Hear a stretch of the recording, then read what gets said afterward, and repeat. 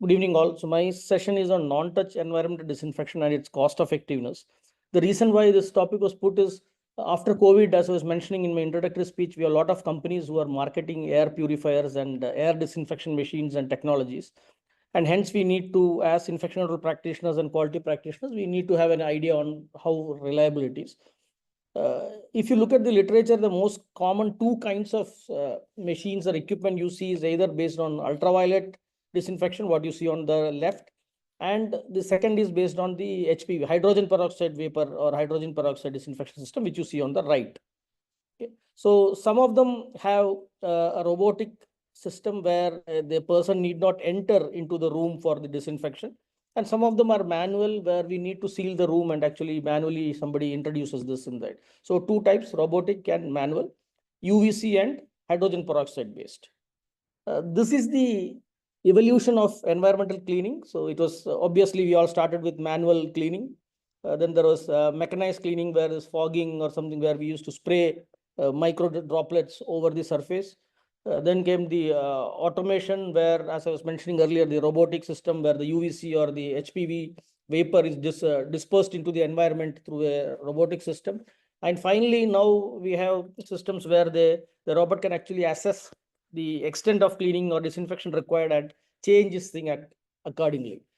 So the first thing which you need to know when a company comes to you with an air disinfection system or a terminal disinfection system is to understand, do you go for a UVC based or do you go for a hydrogen peroxide based?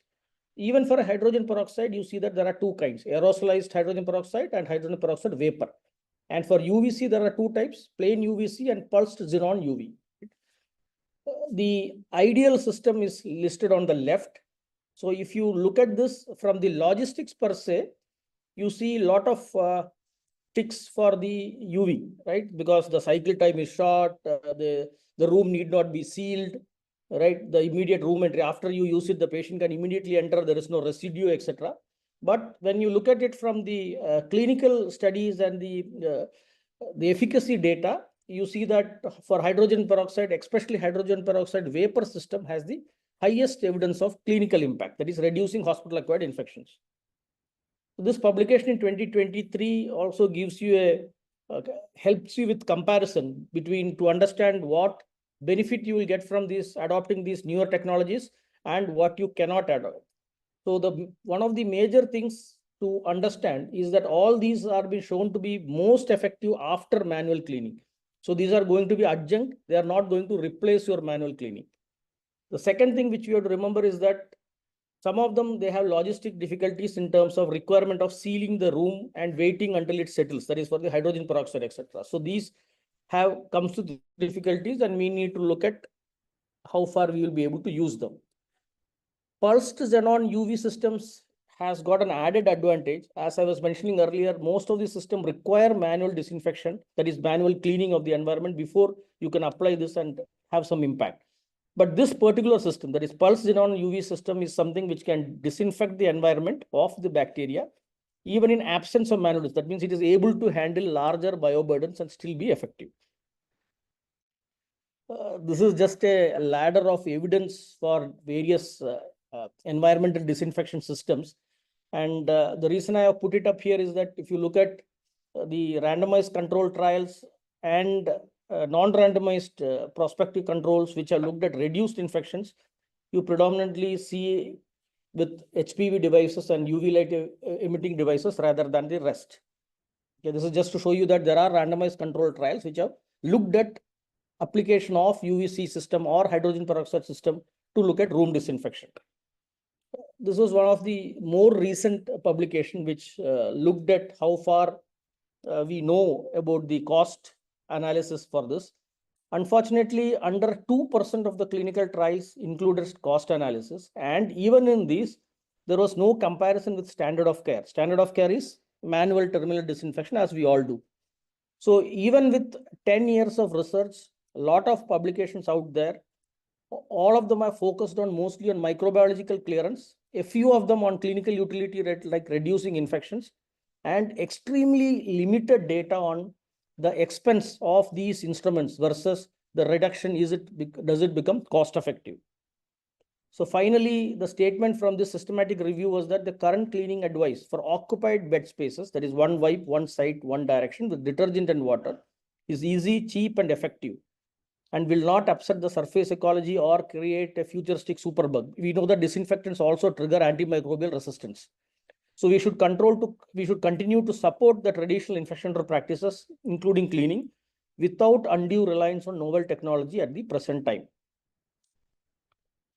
The other document which will help all of you to make a very knowledgeable, informed decision on whether you need to consider these newer technologies of UVC, your room decontamination, or hydrogen peroxide based room decontamination, especially the automated systems, the robotic systems, is this document from the Healthcare Infection Society Working Party from UK. This gives you a checklist of what you should look at and how the selection should be done, what kind of costing you should look at, etc. An extremely useful document if you want to evaluate a vendor who is coming to you with an automated room decontamination system. Even in this thing, the cost effectiveness was absent. Okay, so they stated that insufficient evidence to recommend this technology based on cost effectiveness data against standard of care manual disinfection. Hence, the conclusion is to use non-touch techniques only in circumstances wherein the cost saved from the hospital-acquired infection would be significant. That means you have high endemic nosocomial infection rates, which this can help out with.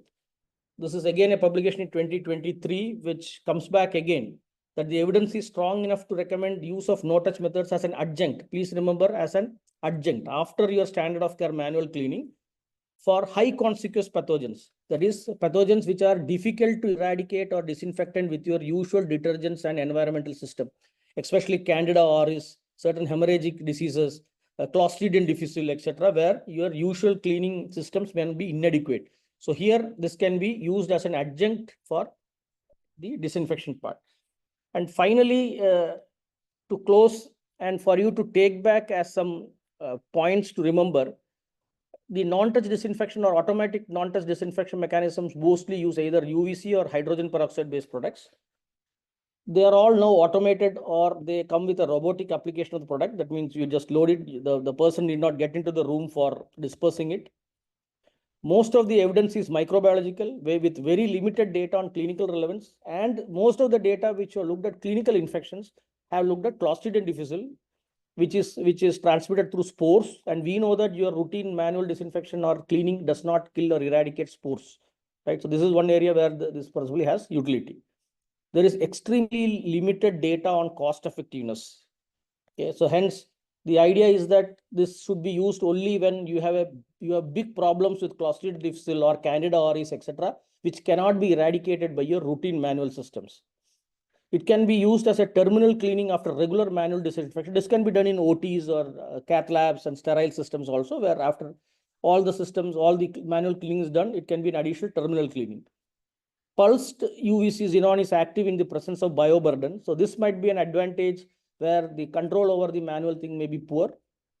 And finally, the document which I shared from the Hospital Infection Control Working Group from the UK, these guidelines provide you with a very interesting checklist for assessing that for your setup, for your hospital, what are all the things which you should consider and look at if somebody comes to you with this technology. So that is in short about the non-touch thing. And again, just to close, the reason for putting up this is that because you will understand a lot of vendors coming up, a lot of new companies coming up with this automated air disinfection system. Important for you to understand what all you should know to take an informed decision in this. I hope that these documents and this information will make a difference. Thank you.